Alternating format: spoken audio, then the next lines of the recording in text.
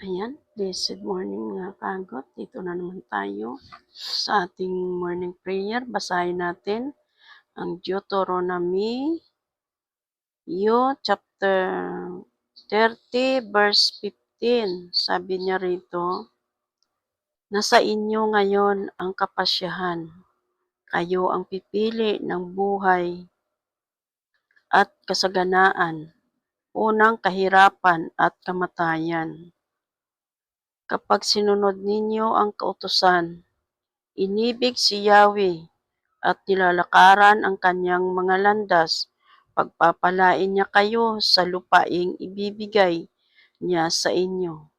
Mabubuhay kayo ng matagal at kanyang pararamihin kayo.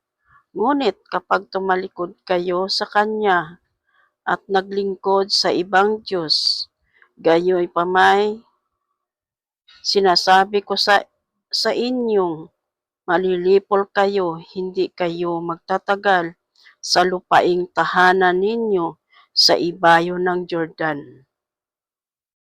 Amen. Purihin ng Diyos. Mga kahagot, napakabuti ng Diyos. Sabi niya dito, tayo ang magpapasya kung ano yung pipiliin natin na buhay, sabi niya, kasaganaan, kahirapan. Kaya alam natin kung ano ang ibig sabihin ng Panginoon dito. Dahil kapag inibig natin siya, sabi niya, ay lubos niya tayong pagpapalain, mga kaagod. Kaya patuloy lamang tayo sumunod sa kanyang utos, sumunod sa kanyang mga kautosan upang mabuhay tayo ng matagal sa lupaing ipinagkaloob niya sa atin, mga kaagod. At hindi siya kailanman magpapabaya sa atin kung tayo'y umibig sa kanya, mga kaagod. Pray na po tayo, mga kaagod. Banal at dakilang Diyos, amang makapangyarihan sa lahat. Kami lubos na papasalamat sa umagang ito, Panginoon. Sa oras na ito, Panginoon, lubos ka namin pinasasalamatan sa iyong kabutihan at kadakilaan, Panginoon Lord Jesus. Ikaw, Panginoon, ang siyang patuloy na gumabay sa amin, magbigay ng mga revelation, Panginoon Lord Jesus, at tinadalangin ko, Panginoon, sa iyo ang bawat buhay namin, Panginoon Lord Jesus, na kami makasunod ayon sa iyong kalooban, Panginoon, at patuloy ka naming iibigin, Panginoon, dahil yun ang nais mo, Panginoon, na sino mang umibig sa iyo, Panginoon, ay lubos mong pagpapalain, Panginoon Lord God. Susunod lamang kami, Panginoon, sa iyong mga kautusan, Panginoon Lord Jesus, dahil ikaw ang Diyos na nagbigay nito sa amin. Maging ang buhay namin ay nagmula ito sa iyo, Panginoon Lord Jesus. Naniniwala kami, Panginoon, na lubos mo kaming i-bless at pagpalain, patuloy pasaganayin ng aming buhay, Panginoon Lord God.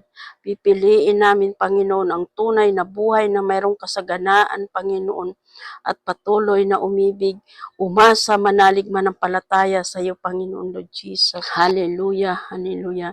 Salamat muli, Ama, sa mga biyaya mong ito, Panginoon. Lalo na, Lord God, sa mga salita mo aming nabasa sa umagang ito, Panginoon. Patuloy mo kaming iingatan, Panginoon. Patuloy mo kaming, O Diyos, i-bless at pagpalain ng bawat buhay namin, ang bawat mga anak mo, Panginoon, na sumusunod sa iyong kautusan, Panginoon. Dahil ang sabi mo, sino mang umibig sa iyo, muli, Ama, ay patuloy mong i-bless at pagpalain, pasaganain ang buhay ng bawat mga anak mo na lubos na niniwala at nagtitiwala sa iyong kapangyarihan, Panginoon. Salamat muli, Ama, sa biyaya mo sa umagang ito, sa oras nito. Sa lahat ng biyaya at pagpapala mo, patuloy nawa namin ito i-enjoy, Panginoon, ang mga biyaya na mulat galing sa iyo, Panginoon. Harapin namin, Panginoon, ang umagang ito na mayroong lakas, kapayapaan, kagalakan, kasaganaan sa bawat buhay namin. Salamat, Panginoon, sa umagang ito, sa oras nito, sa mga biyaya at pagpapala mo.